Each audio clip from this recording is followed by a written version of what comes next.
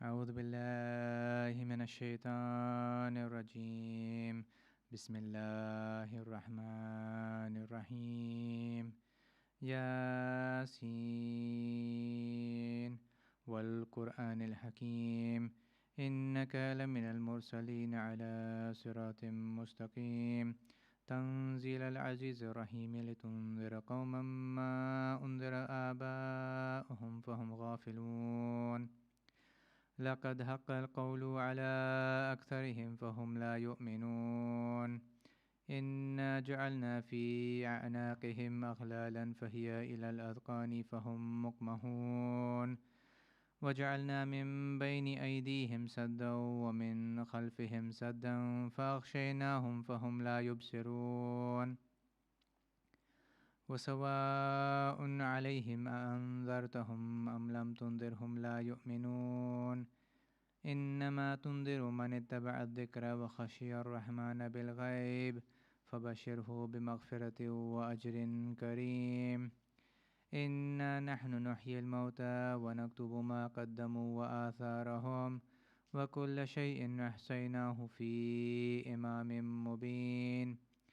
واضرب لهم مثلا أصحاب القرية إذ جاءها المرسلون إذ أرسلنا إليهم اثنين فكذبوهما فعززنا بثالث فقالوا إنا إليكم مرسلون.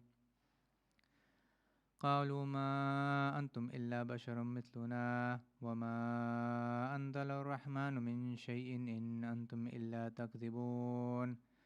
قالوا ربنا يعلم إنا إليكم لمرسلون وما علينا إلا البلاغ المبين. قالوا إنا تطيرنا بكم لئن لم تنتهوا لنرجمنكم وليمسنكم منا عذاب أليم. قالوا طائركم معكم أئن ذكرتم بل أنتم قوم مسرفون. وجاء من أقصى المدينة رجل يسعى قال يا قوم اتبعوا المرسلين اتبعوا من لا يسألكم أجرا وهم مهتدون. وما لي لا أعبد الذي فطرني وإليه ترجعون. أأتخذ من دونه آلهة إن يردن الرحمن بضر لا تغني عني شفاعتهم شيئا ولا ينقذون. إني إذا لفي ضلال مبين. إني آمنت بربكم فاسمعون. قيل ادخل الجنة قال يا ليت قومي يعلمون بما غفر لي ربي وجعلني من المكرمين.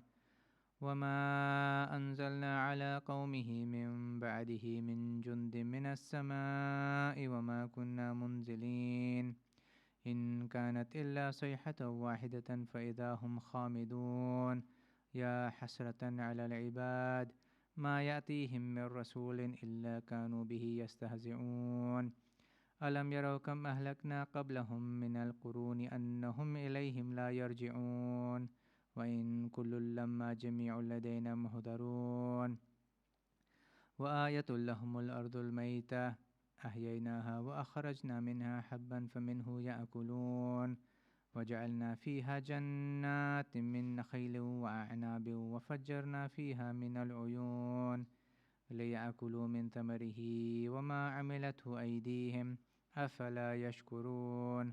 سبحان الذي خلق الأزواج كلها مما تنبت الأرض ومن أنفسهم ومما لا يعلمون. وآية لهم الليل نسلخ منه النهار فإذا هم مظلمون. والشمس تجري لمستقر لها ذلك تقدير العزيز العليم. والقمر قدرناه منازل حتى عاد كالأرجون القديم. لا الشمس ينبغي لها أن تدرك القمر ولا الليل سابق النهار وكل في فلك يسبحون. وآية لهم أنا حملنا ذريتهم في الفلك المشحون وخلقنا لهم من مثله ما يركبون. وإن نشأ نغرقهم فلا صريخ لهم ولا هم ينقذون إلا رحمة منا ومتاعا إلى حين.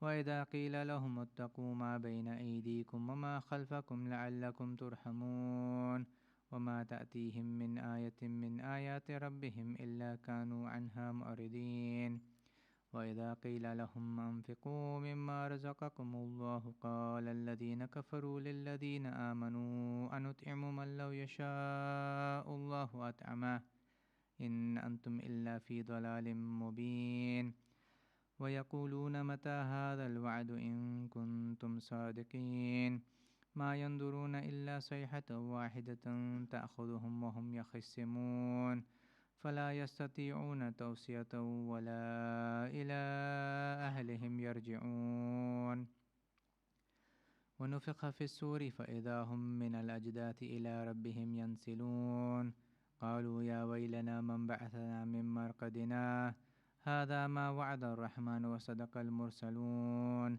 إن كانت إلا صيحة واحدة فإذا هم جميع لدينا مهضرون فاليوم لا تظلم نفس شيئا ولا تجزون إلا ما كنتم تعملون إن أصحاب الجنة اليوم في شغل فاكهون هم وأزواجهم في ظلال على الأرائك متكئون لهم فيها فاكهة ولهم ما يدعون سلام قولا من رب رحيم وامتازوا اليوم أيها المجرمون ألم أعهد إليكم يا بني آدم ألا تعبدوا الشيطان إنه لكم عدو مبين وأن اعبدوني هذا صراط مستقيم ولقد أضل منكم جبلا كثيرا أفلم تكونوا تعقلون هذه جهنم التي كنتم توعدون اصلوها اليوم بما كنتم تكفرون اليوم نختم على أفواههم وتكلمنا أيديهم وتشهد أرجلهم بما كانوا يكسبون ولو نشاء لتمسنا على أعينهم فاستبقوا الصراط فأنى يبصرون ولو نشاء لمسخناهم على مكانتهم فما استطاعوا مضيا ولا يرجعون ومن نعمره ننكسه في الخلق أفلا يعقلون وما علمناه الشعر وما ينبغي له إن هو إلا ذكر وقرآن مبين لينذر من كان حيا ويحق القول على الكافرين أولم يروا أنا خلقنا لهم مما عملت أيدينا أنعاما فهم لها مالكون وذللناها لهم فمنها ركوبهم ومنها يأكلون ولهم فيها منافع ومشارب أفلا يشكرون واتخذوا من دون الله آلهة لعلهم ينصرون لا يستطيعون نصرهم وهم لهم جند مهضرون فلا يحزنك قولهم إنا نعلم ما يسرون وما يعلنون أولم ير الإنسان أنا خلقناه من نطفة فإذا هو خصيم مبين وضرب لنا مثلا ونسي خلقه قال من يحيي العظام وهي رميم قل يحييها الذي أنشأها أول مرة وهو بكل خلق عليم الذي جعل لكم من الشجر الأخضر نارا فإذا أنتم منه توقدون أوليس الذي خلق السماوات والأرض بقادر على أن يخلق مثلهم بلى وهو الخلاق العليم إنما أمره إذا أراد شيئا أن يقول له كن فيكون فسبحان الذي بيده ملكوت كل شيء وإليه ترجعون صدق الله العلي العظيم صلوات الله محمد وآل محمد سورة الملك الفاتحة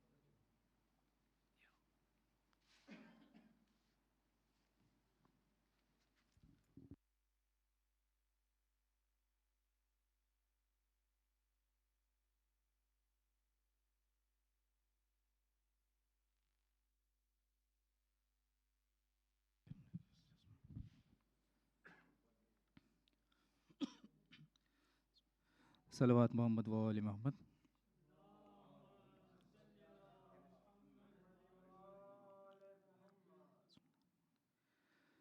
घबराएगी ज़ैनब, घबराएगी ज़ैनब। भैया तुम्हें घर जाके कहाँ पाएगी ज़ैनब, घबराएगी ज़ैनब। कैसा ये भरा घर हुआ बर्बाद इलाही, क्या आई तबाही। अब इसको नाबाद पाएगी ज़ैनब, घबराएगी ज़ैनब। घर जाके किसे देखेगी, कासिम है ना अब्बास, अकबर से भी है आस। अपने अली असगर को कहाँ पाएगी ज़ैनब, घबराएगी ज़ैनब। पूछेंगे जो सब लोग के बाजू पे हुआ क्या, ये नील है कैसा। किसके इसको निशान रस्सी के दिखलाएगी Zainab,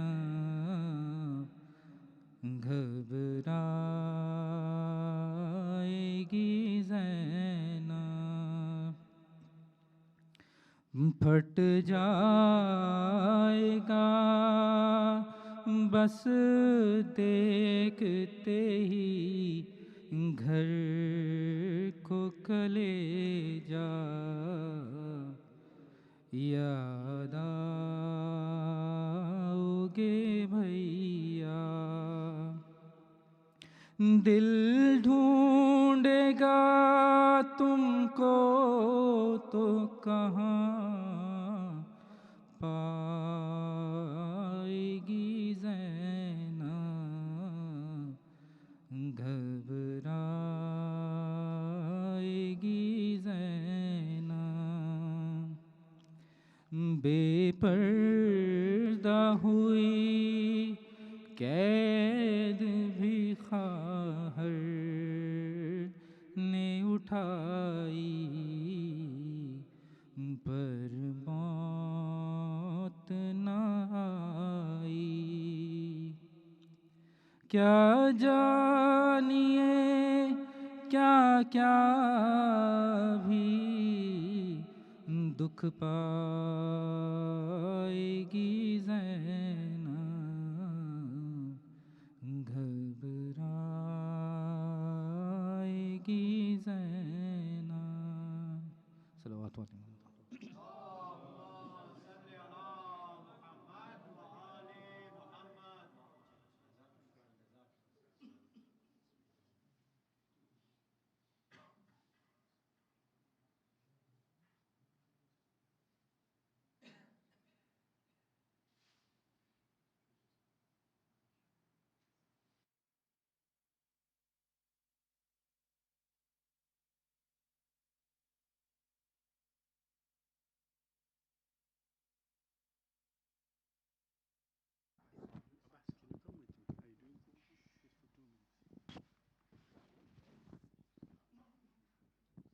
Mu'mineen, Salaam Alaikum.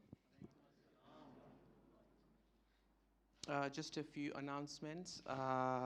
First is, could I request all Mu'mineen to sign up for the Niyaz on Sunday? Secondly, if you kindly join me in reciting Surah Fatiha for the following Marhum Hussein Suleiman, Marhumeen of Suleiman family, Marhumeen of Allah Rakhya family, Marhuma Sakina Muhammad Pardhan, Marhuma Kulsumbai Ahmad Nanji Kara. Al-Fatiha.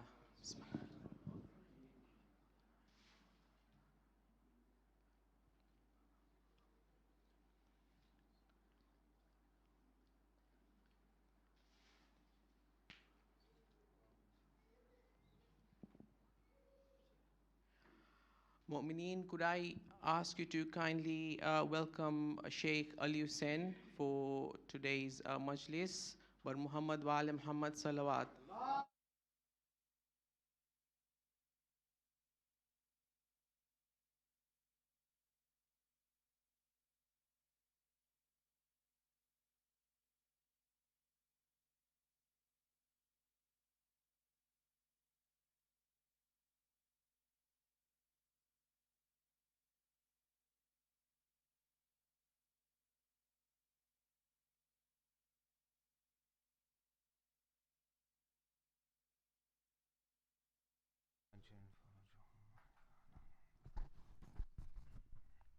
Please recite another salawat ala Muhammad wa ali Muhammad.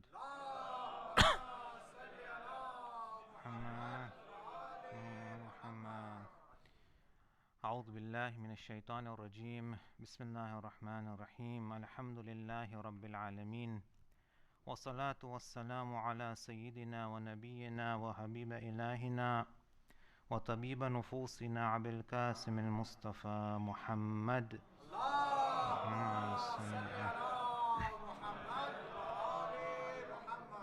وعلى أهل بيته الطيبين الطاهرين المعصومين المطهرين المنتجبين ولعنة الله على أعدائهم أجمعين إلى قيام يوم الدين. قال الله تبارك وتعالى في كتابه الكريم: بسم الله الرحمن الرحيم. قل أعوذ برب الناس ملك الناس إله الناس من شر الوسواس الخناس الذي يوسوس في صدور الناس من الجنة والناس. Please recite salawat ala Muhammad wa ali Muhammad.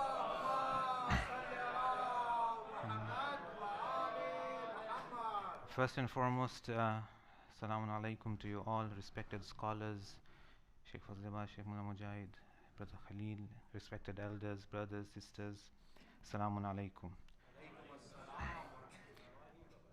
I would like to sincerely thank one and all of the volunteers who are working behind the scenes and on the scenes in order to make these programs of Azadari and to facilitate these programs of Azadari for our communities. For verily it is indeed a great service to Abu Abdullah al-Hussein. The topic tonight that we want to discuss, as you probably have seen in the message coming around, is to do with Waswaas. And this is one of the things that, if not taken care of, it can penetrate a human being in such a fashion that he doesn't even realize. And then what starts to happen is this, that his life starts to become difficult and he begins to struggle in his daily activities. Not only that, but the people around him also start to face difficulties because of such a situation. And do you know the importance of a person who actually controls his qalb, his heart, from waswas is what? So in hadith of Mi'raj, when the Prophet ﷺ is in communication with Allah subhanahu wa ta'ala,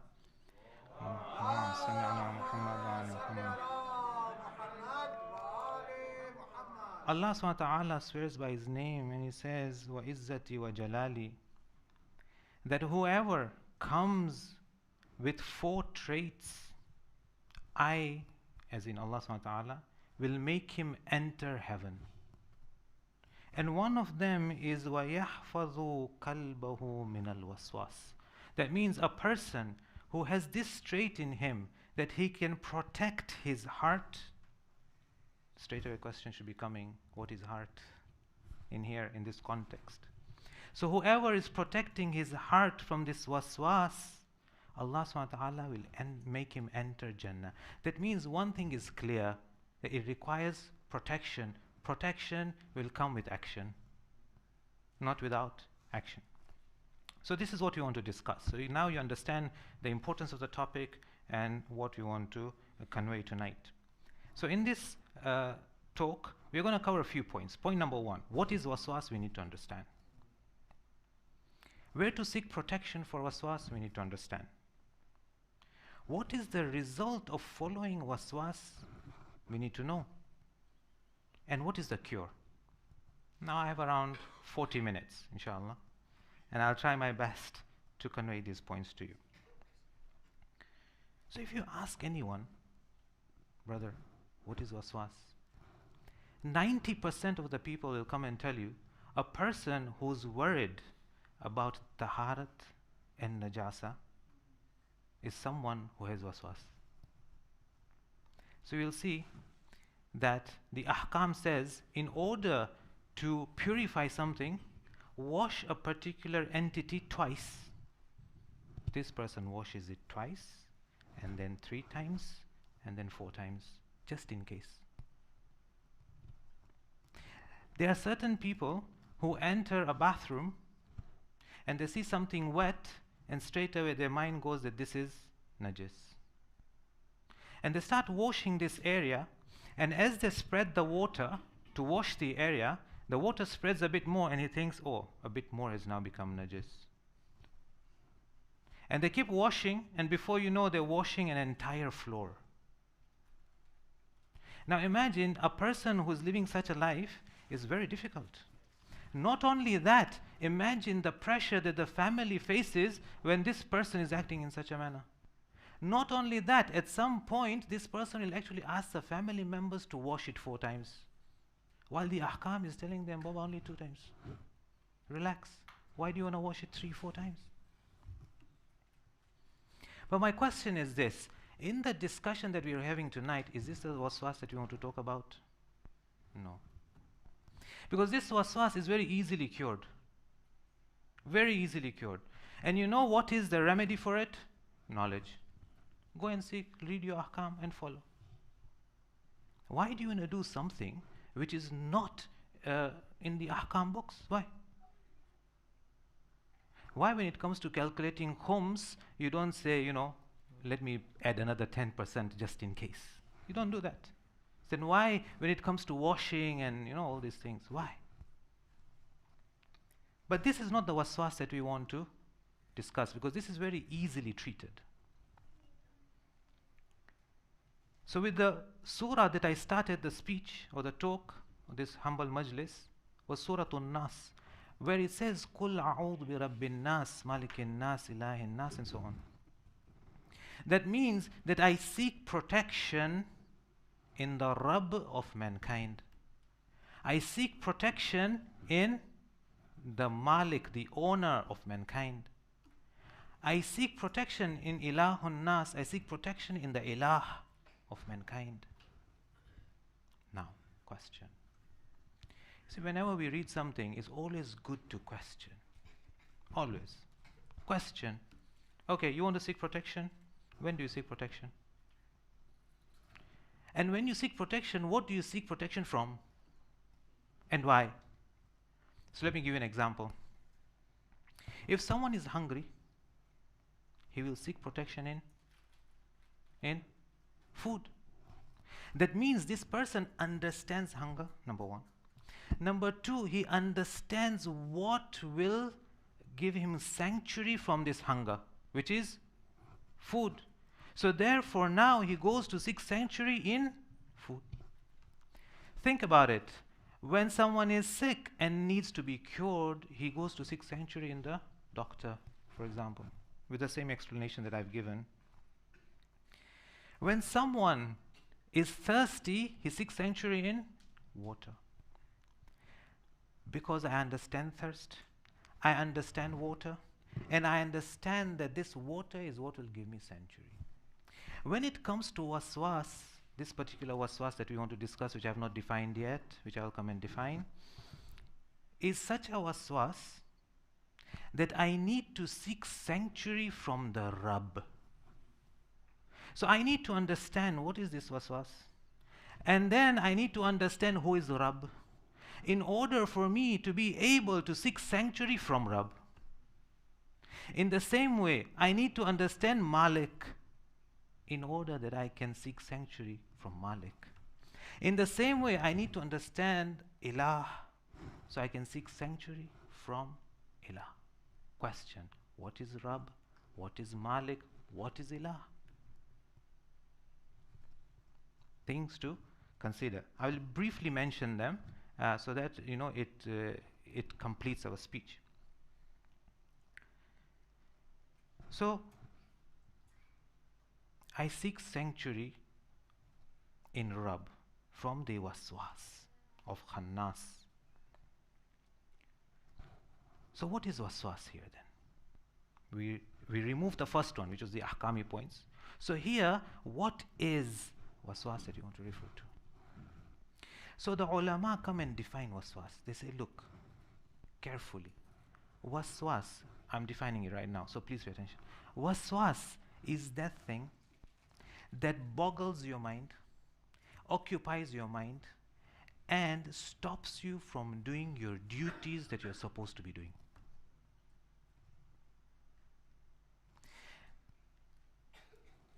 And waswas has levels.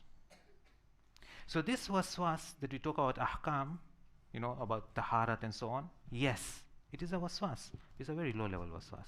But if not treated, it can cause great problem, and it can cause problem to the person. So now, I know waswas, something that occupies my mind in such a way that it stops me from performing my duty. Then why does it say, Kul a'udhu bi rabbin nas? Why Rabb? What is Rabb?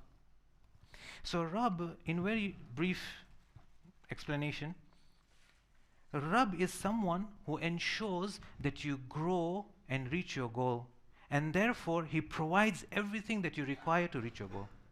This is Rabb. And this Rabb is divided into two parts: Rububiyyat tashri'i, Rububiyyat takwini. So what is Rububiyyat tashri'i? You see, for me to reach my goal, I need instructions. What to do, what not to do, how to live, how not to live, what to obey, what not to obey. And the Sharia comes, and it is only Allah subhanahu wa ta'ala who can send this Sharia to me so that I follow it and I reach my goal. And the second rububiyyah is rububiyyah takwiniya. What does it mean? Rububiyyah takwiniya means that all the management of the affairs are in the hands of Allah subhanahu wa ta'ala as far as the existence is concerned. Everything is in His power, is under His management, under His control. For example, you're sitting right now here. Are you worried about what your stomach is digesting? What your heart's doing? Is beating blood? Are you controlling it? No. This is all under taqween. It is managed by Allah subhanahu wa ta'ala through the right asbab, through the right means. Very important, but that's not my topic. In the same way, Rububiyyat takwiniya means when I'm performing an action and the effects are placed, the effects are in the hands of Allah subhanahu wa ta'ala. This is Rububiyyat takwiniya. So I say that, look, oh Allah, this waswas that's coming to me, of it I'm going to seek protection in you, Rabb of mankind. Rabb. That means this waswas is something greater. That I need to seek protection in the one in whose hands are all the control. He manages everything, even the commands. But what does it mean that, when I accept him as my Rabb? What should I be doing? Very key question. When I accept him to be my Rabb, and I know that he is the one who's giving me instructions of how to live my life, that means when I am an Abd and he is my Rabb, then my life is structured in such a manner that I am following what he wants me to do and not what I want to do. Then we have Rububiyyah manifesting from us. Like Rububiyyah, we are exercising Rububiyyah in our lives, that I believe in a Rabb. Malik, I seek refuge in who? Malik. Who's Malik? So the Malik is a true owner who can use the thing, which is his mamluk, which is his item, the way he wants. And human beings are not true Malik. The true Malik is Allah subhanahu wa ta'ala. And there's an explanation for this, but that's not my discussion, so I won't go too much into detail. But when I see myself as an owner of something, that means I now gradually, the waswaas of me looking at myself as an independent entity starts to creep in. But if I see that Allah subhanahu wa ta'ala is the true Malik, then I use the wealth and possession and everything that I have the way he wants, because he's the true Malik. Let me give an example. If I come to you, brother, and I ask you to borrow me your car, you tell me, this is my car, please use it. But please don't go on rough roads. Don't drink and eat inside the car, because you might spoil the upholstery of the car. Make sure that you don't speed too much. Why can you put these conditions on me? Because it's your car. When we belong to Allah subhanahu wa ta'ala and he's the true Malik of everything that we have, then if I possess this eye belongs to him. So he'll tell me, use your eyes in such a manner. You see? When I have wealth, he'll tell me where to use my wealth. So if I see him as a true Malik, then my usage of whatever I have is the way he wants. This is Malik, true Malik. Now I seek refuge in a Malik, because when I start seeing things as mine, it's waswas. You see? Because when I see things as mine, I might not use it where Allah subhanahu wa ta'ala wants me to use it. And therefore I seek refuge in the Malik. Innal insan la yatgha. Certain human being is rebellious. He'll break the barriers. Why? An ra'ahu staghna. Because he sees himself as independent. But you see, the verse is very beautiful. It says an ra'ahu. That means he's not. He sees himself, but he's not.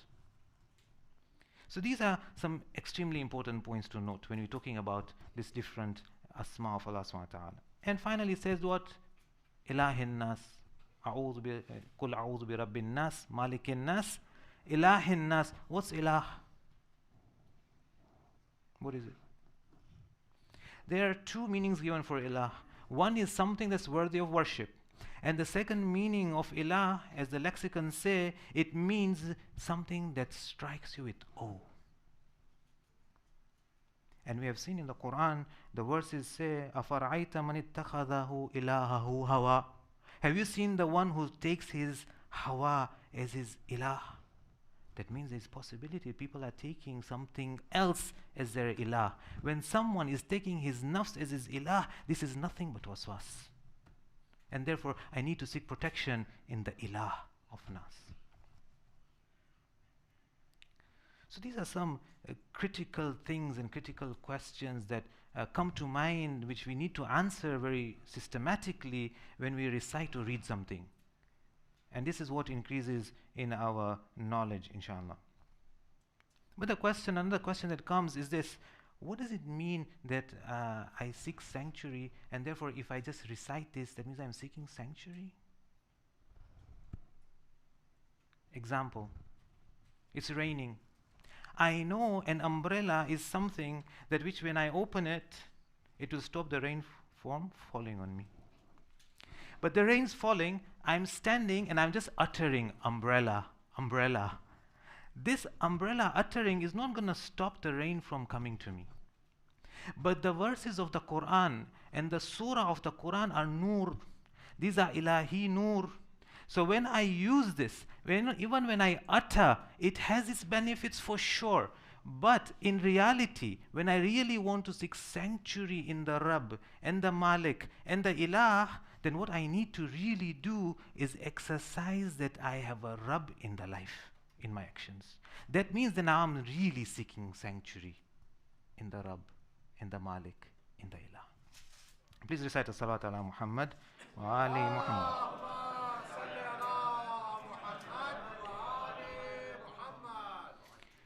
So now you've got a basic idea of, where I'm heading with all this. But let me tell you one thing. So we said the ahkami waswas is the lowest level. Some ulama, they say, very beautiful. They say, this verse, why is mentioning the Rabb and the Malik and the Ilah? They say that this is possibly referring to the waswas which are to do with your belief system, with your aqaid. And these penetrate very slowly and gradually, and you don't even feel them sometimes. So the greatest waswas is to do with the aqaid of someone. And the way to resolve this aqaidi waswas is to ensure that we gain enough knowledge and foundations in our aqaid and beliefs. Otherwise, you tell me, from where will you solve this? Where? It's very difficult. Very difficult. So that was my first point. What is waswas? And where do we seek sanctuary from? The true waswases. But what happens when one follows waswas? Here, I want to draw your attention to Surah Al-Zukhruf, which is chapter number 43, verses 36 to 39. Please be with me. Please. It's extremely beautiful. It says, وَمَنْ يَعْشُ عَنْ ذِكْرِ الرَّحْمَنِ. Ya'shu is when, someone turns a blind eye. Doesn't want to look.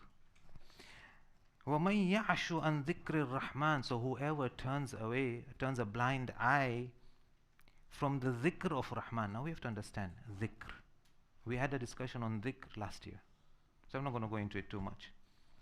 As a reminder, zikr also are of two types: verbal zikr, salat, Quran, and so on, and tasbih and these things.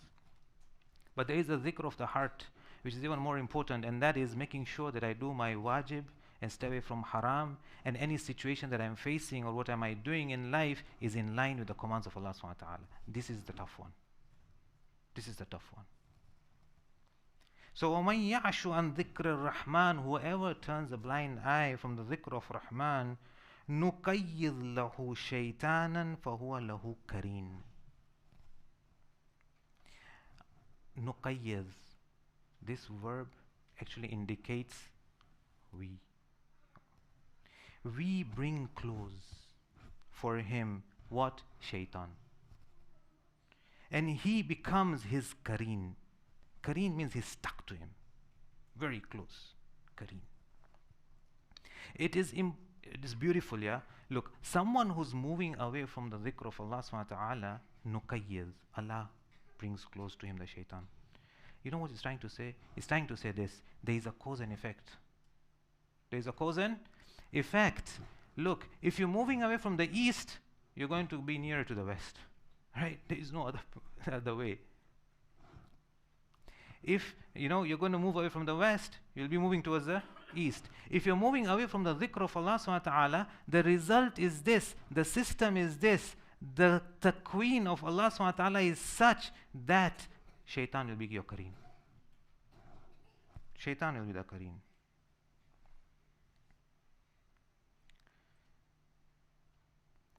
And then the verses carry on. وَإِنَّهُمْ لَيَسُدُّونَهُمْ عَنْ سَبِيلٍ. Once this shaitan has come near you, or he has been placed near you, he will stop you from the path. It'll stop you from your past. Now can you tell me why? If we look at the definition of waswas, what was it? Waswas was that thing that occupies a human being's mind in such a way that he does not perform his duty. Now when shaitan has become kareen, the shaitan will not allow him to perform the duty. And when he does not perform the duty, do you think he's going to move towards Allah subhanahu wa ta'ala? No. He'll not move towards his goal. So, وَإِنَّهُمْ لَيَسُدُّونَهُمْ عَنْ سَبِيلِ. So he'll not move towards Allah subhanahu wa ta'ala. His road will be blocked. Does it stop there? No. The verse continues. The verse says, وَيَحْسَبُونَ أَنَّهُمْ مُحْتَدُونَ. These words are beautifully chosen, I'm telling you. وَيَحْسَبُونَ. You know the translation will say what? The translation say, while they suppose that they are rightly guided. You see, they have been blocked from reaching the goal. They have been blocked from reaching Allah subhanahu wa ta'ala.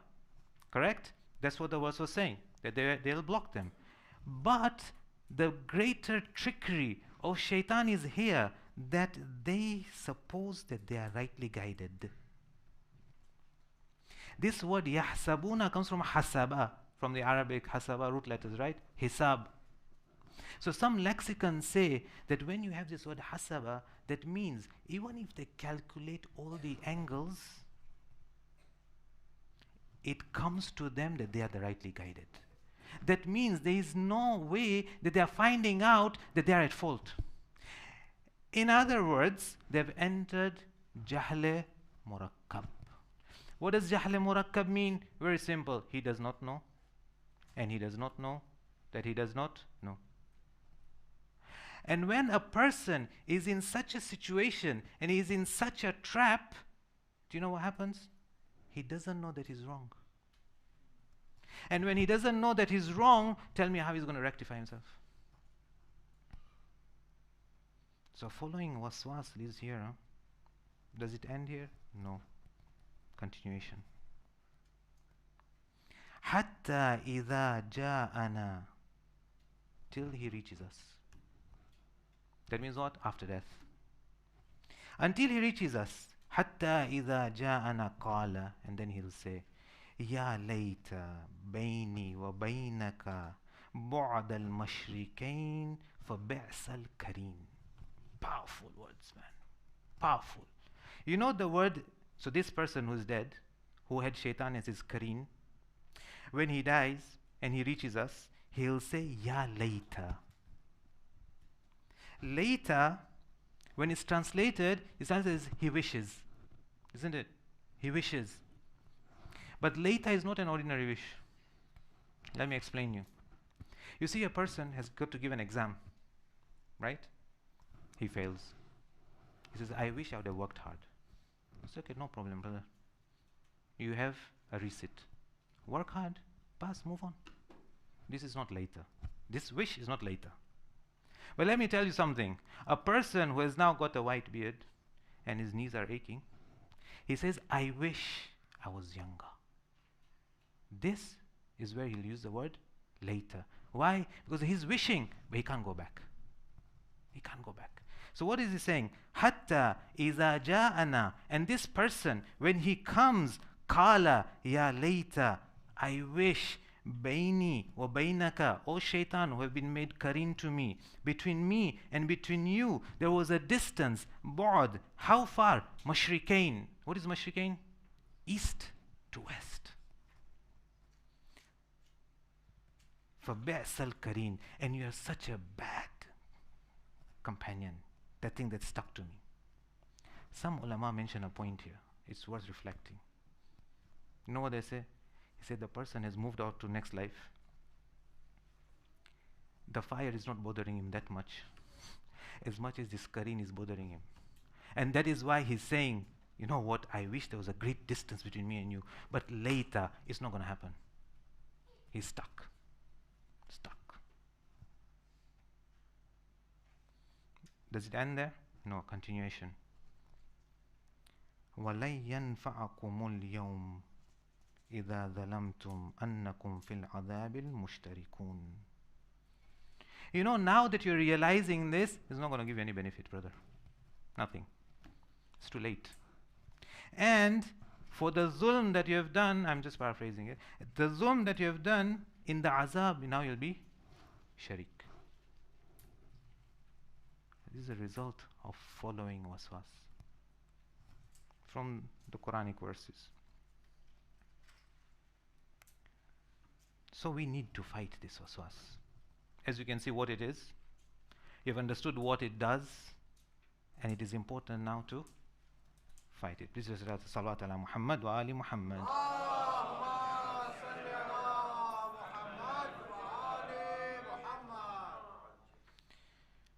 Solution.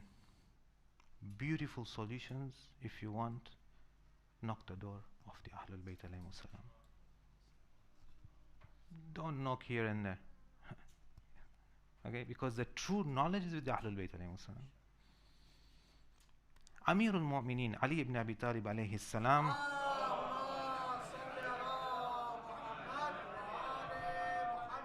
is writing a wasiyah to Muhammad ibn al-Hanafiya.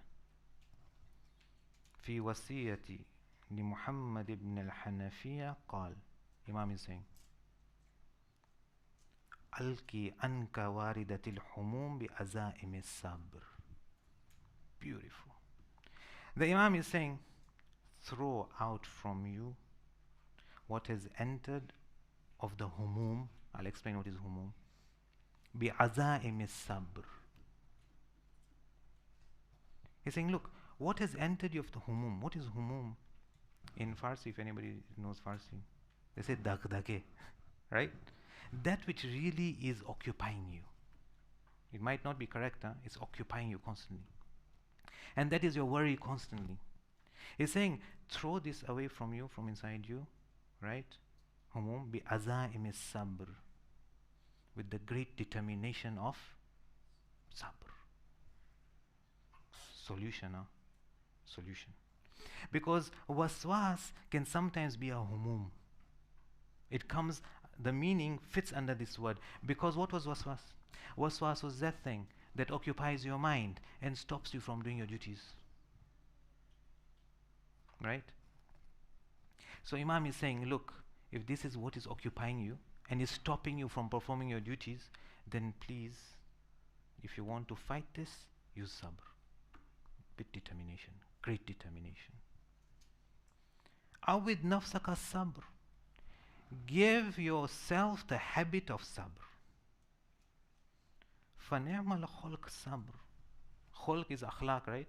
It's such a good trait, this sabr. وَاحْمِلِهَا عَلَى مَا أَصَابَكَ مِنْ أَحْوَالِ الدُّنْيَا وَهُمُومِهَا. Make sure that this sabr is haml, is riding, but here the meaning is that it is on top of, the humum of the dunya and what is bothering you of the dunya. It's on top. We need to understand what this is, because this is Amirul Mu'minin alayhi salam saying, right? So in a nutshell, we need to do sabr. We need to do sabr. Please recite a Salat ala Muhammad wa Ali Muhammad.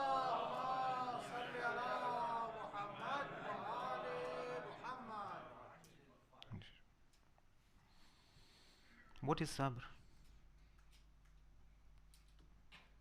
Is sabr meaning something passive, that I just wait and I wait for the time to fly and therefore inshallah things will sort out? No. In some places, very minor places, this kind of sabr might be needed.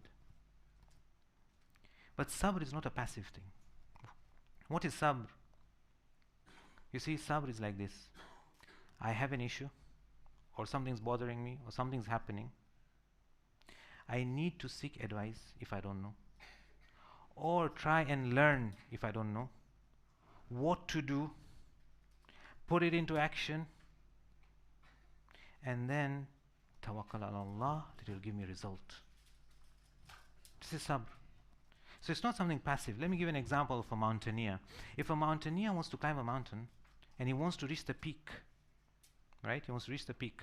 There are many hurdles on the way. The legs will ache. There will be insects. There will be animals. There will be heavy rocks. There will be like rocks that he might need extra effort to cross. All this is putting pressure on him. But you'll say a mountaineer had sabr when he gets to the peak. Why? Because he identified the problem. He sees how he can overcome the problems, puts it into action, and therefore reaches the peak. He had sabr, reached the peak. You see? So this is sabr. Students, they need to have a lot of sabr. What does it mean? Not study? No. That means they need to give time aside to study. They probably have to give up some playtime or PS time to study, make themselves or keep themselves in a routine, give some nazm to their lives so that they can be successful. This is sabr for a student.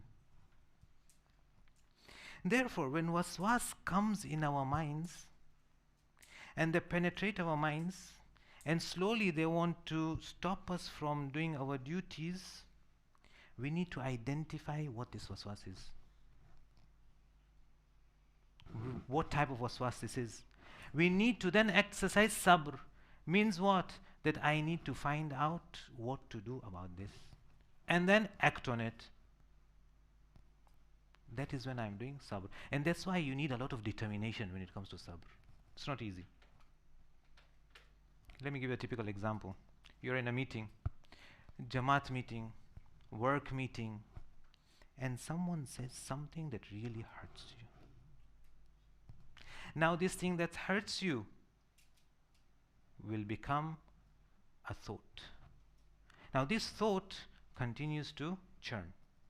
And as it continues to churn, it starts to drain. And it starts to drain, it stops you from fulfilling your duties. This becomes waswas. You see? So, in order for me to have sabr now, although this thing is bothering me, or this thing is causing me distress, that does not allow me not to perform my duty.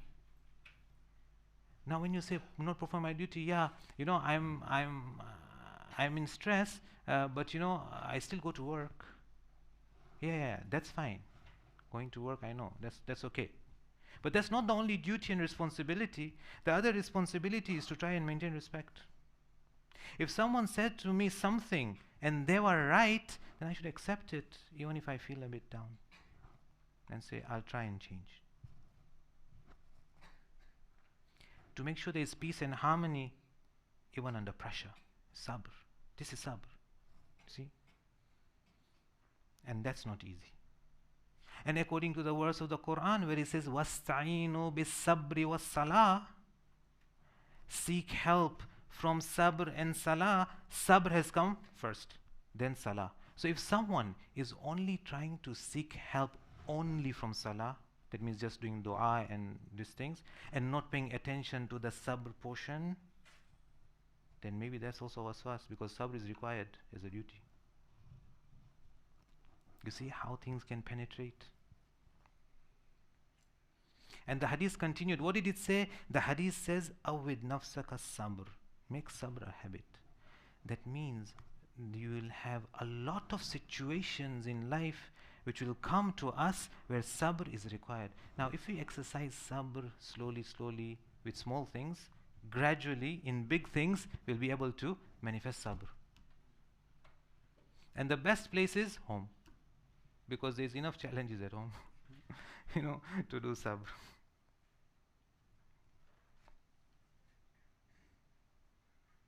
So say for example there is, you know, husband and wife or friends or whatever, and for some reason one misbehaves to the other.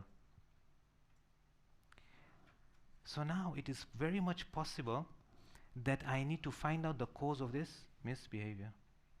Need to find out the cause. Need to speak to people. Speak to someone who's more, you know, more experienced. Someone who's more learned. Or read books. Or see what to do, in order to try and resolve the issue. It could be sometimes that the misbehavior is because of me. then I need to change myself. And when I'm following this path, I'm exercising sabr. I'm exercising sabr. So we need to learn what to do. If we don't know, we seek advice and follow what to do. This will constitute sabr for us. فَنِعْمَ الْخُلْقِ sabr. What a great trait, akhlaqi trait is this sabr. And in the end, what did he say? He said that, keep this sabr upon that which comes to you from the affairs of the dunya and the humum. So here I can say, and the waswaas that's coming. So now you get an overall picture of, what is waswas? Why we are seeking sanctuary in Allah, Rabb, Malik. What is it? What are the effects that we will face according to the verses of the Quran when I follow my waswas and stay away from the dhikr of Allah subhanahu wa ta'ala? And in the end, from the hadith of Imam Ali alayhi salam, we have analyzed that what is the way to solve the issue of waswas. Please recite as-salawat ala Muhammad wa ala Muhammad.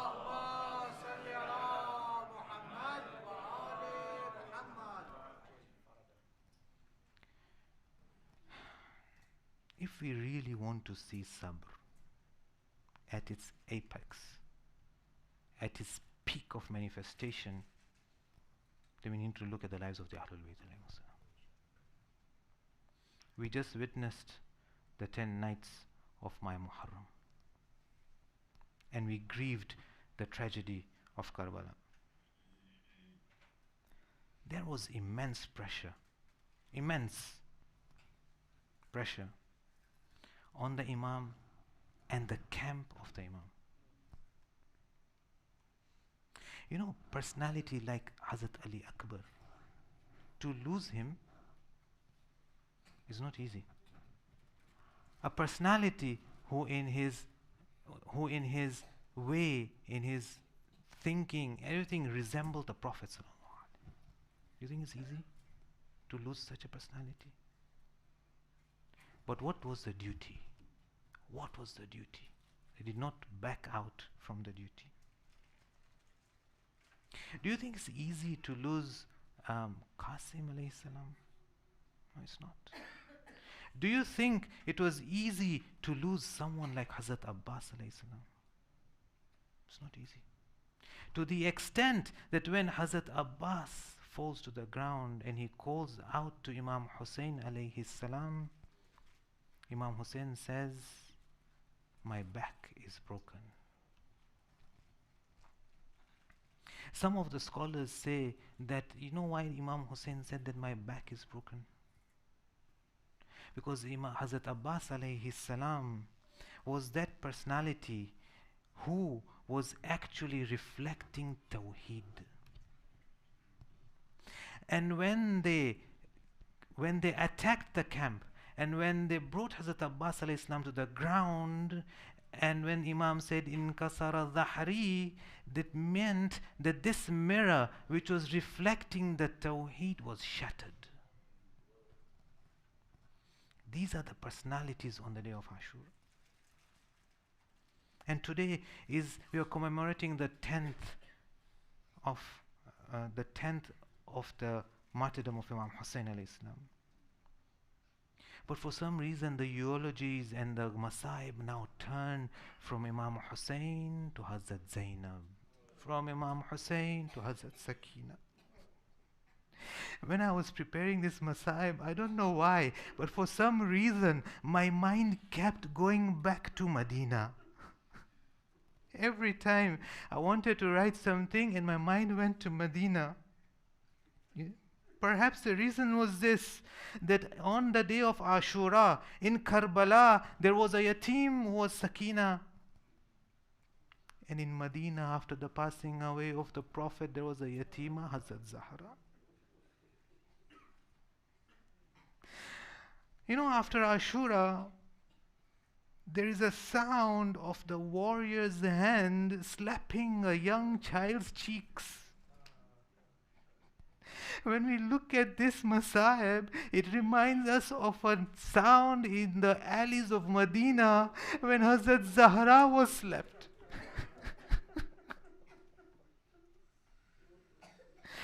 After Ashura, there was a sound of the crackling noise of the burning tents.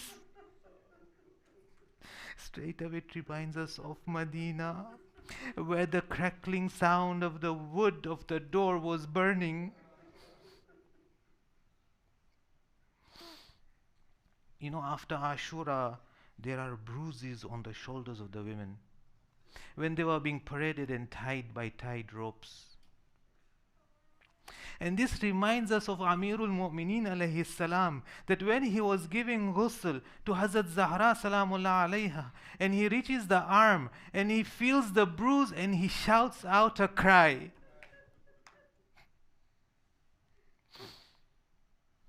After Ashura, when the day that Imam Hussein had been martyred, in the eve of Sham-e Ghariba, there are sounds of cracking ribs under the hooves of the horses. Again, it reminds us of Medina, that there was a sound when the door was kicked and the nail pierced the ribs of Zahra salamullah alayha.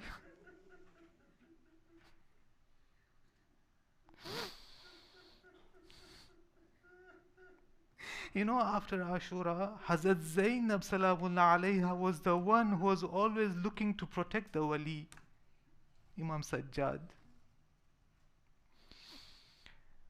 And it reminds us of Medina with a broken rib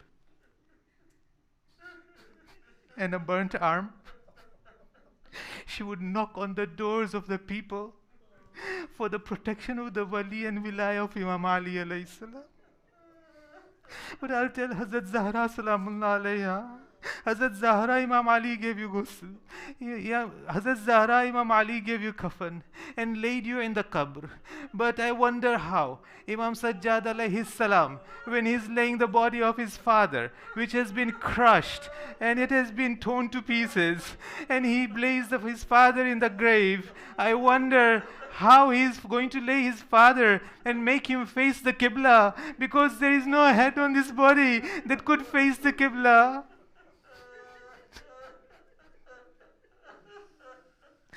You know, normally what happens when a person dies, people come to visit, they give condolences, and they see the face of the dead person or the person who's passed away. I wonder, what is Imam Sajjad looking at? You know, the normal way is that when you lay a person in the grave, you put some khak or you put some turba under the cheek.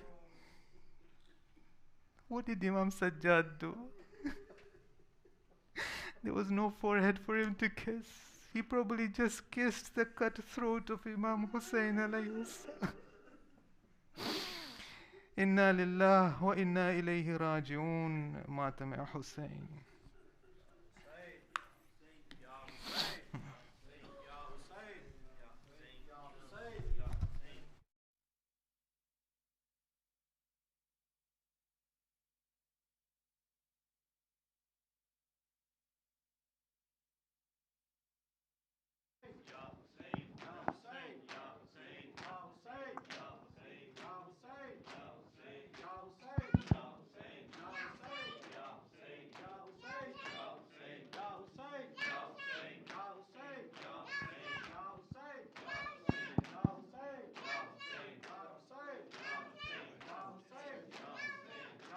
Hey, hey, Zainab, hey, hey, Sham. Hey, hey, Zainab, hey, hey, Sham. Hey, hey, Zainab, hey, hey, Sham. Hey, hey, Zainab, hey, hey, Sham. Hey, hey, Zainab, hey, hey, Sham. की रिदाए उतर गई ज़ाहरा की बेटियों की रिदाए उतर गई ज़ाहरा की बेटियों की रिदाएं उतर गई ज़ाहरा की बेटियों की रिदाएं उतर गई ज़ाहरा की बेटियों की रिदाएं उतर गई, ज़हरा की बेटियों की रिदाएं उतर गई, ज़हरा की बेटियों की रिदाएं उतर गई, सज्जाद को ज़ईफ़ सदाएं ये कर गई, ज़हरा की बेटियों की रिदाएं उतर गई, ज़हरा की बेटियों की रिदाएं उतर गई। बाजार लेके जाओ ना बेपर्दा ज़ालिमों, बाजार लेके जाओ ना बेपर्दा ज़ालिमों, मर जाएगी हुसैन की बहनें अगर गई, ज़हरा की बेटियों की रिदाएं उतर गई, ज़हरा की बेटियों की रिदाएं उतर गई, ज़हरा की बेटियों की रिदाएं उतर गई। लाशों को रस्सियों में जकड़ कर लिए फिरो, लाशों को रस्सियों में जकड़ कर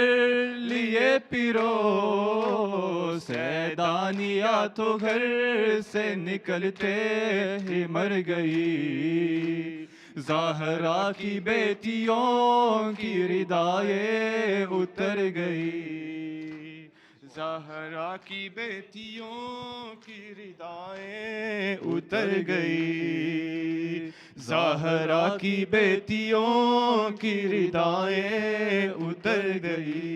जाती थी जो कभी कभी ज़हरा की कब्र पर, जाती थी जो कभी कभी ज़हरा की कब्र पर, जाने खुदा हुजूम से कैसे गुजर गई, ज़हरा की बेटियों की रिदाएं उतर गई, ज़हरा की बेटियों की रिदाएं उतर गई, ज़हरा की बेटियों की रिदाएं उतर गई। रमला ये पूछती थी सकीना से कैद में, रमला ये पूछती थी सकीना से कैद में, जख्मी है कान बालिया बीबी किधर गई,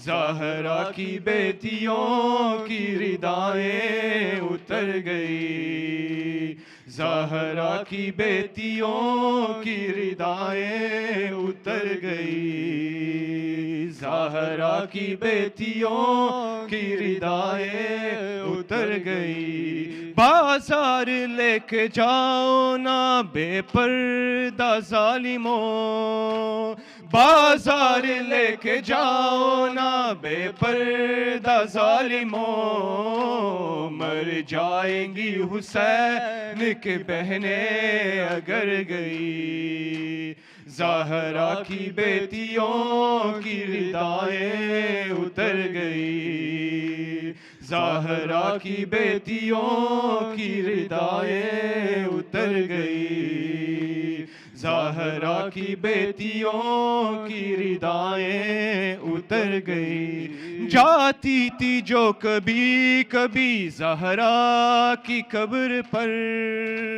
जाती थी जो कभी कभी ज़हरा की कब्र पर, जाने खुदा हुजूम से कैसे गुजर गई, ज़हरा की बेटियों की रिदाएं उतर गई, ज़हरा की बेटियों की रिदाएं उतर गई, ज़हरा की बेटियों की रिदाएं उतर गई। या ज़ैनब कुबरा या ज़ैनब कुबरा या ज़ैनब कुबरा या ज़ैनब कुबरा या ज़ैनब कुबरा या ज़ैनब कुबरा या ज़ैनब कुबरा या ज़ैनब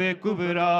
याद आता है शाम का मंजर, बीबी सर पे तेरे नथी चादर, हर तरफ पत्थरों की बारिश थी, तेरी पोशाक थी लहू में तर। या ज़ैनब कुबरा या ज़ैनब कुबरा या ज़ैनब कुबरा या ज़ैनब कुबरा या ज़ैनब कुबरा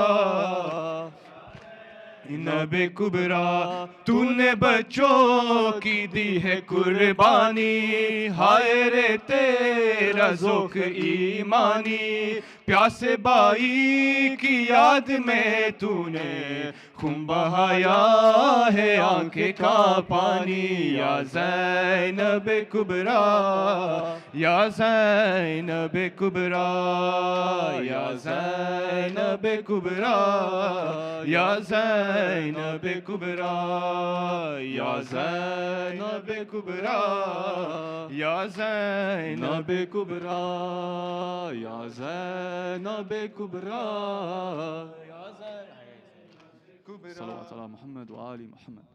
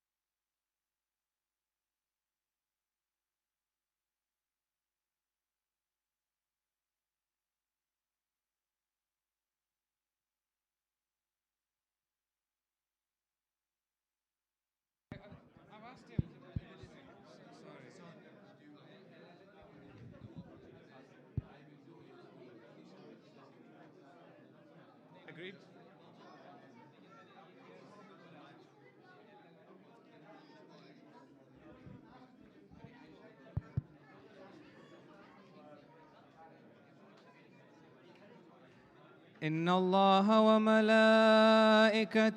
يصلون على النبي يا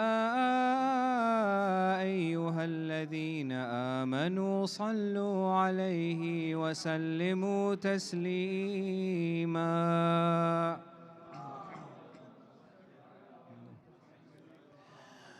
الله أكبر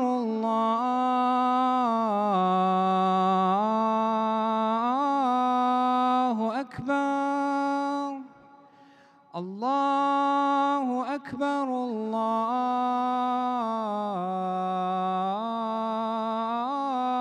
الله أكبر.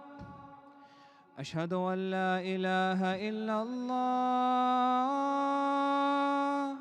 أشهد أن لا إله إلا الله أشهد أن محمدًا رسول الله. اللهم صل على محمد.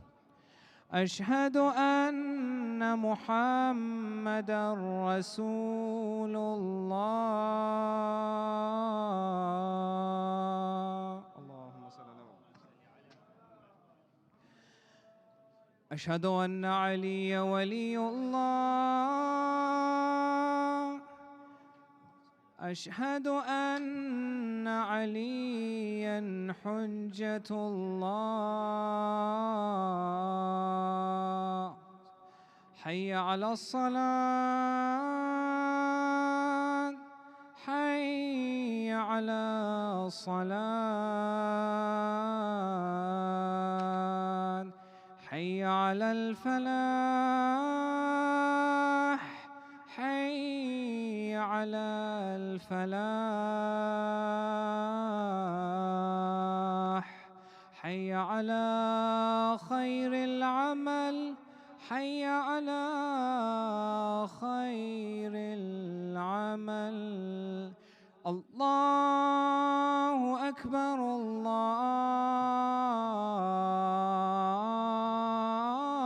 الله أكبر. لا إله إلا الله لا إله إلا الله. وصلى الله على سيدنا محمد وآله وسلم.